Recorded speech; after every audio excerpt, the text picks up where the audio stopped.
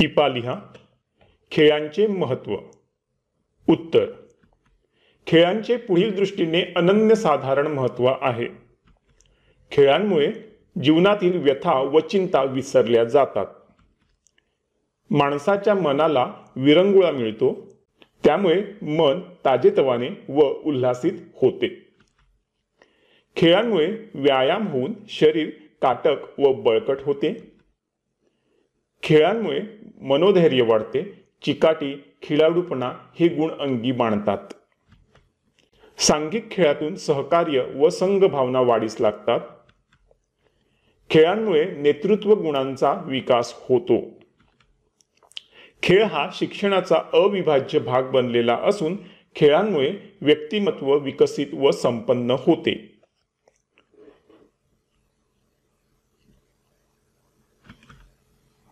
इथे आपला हा व्हिडिओ कंप्लीट झालेला आहे.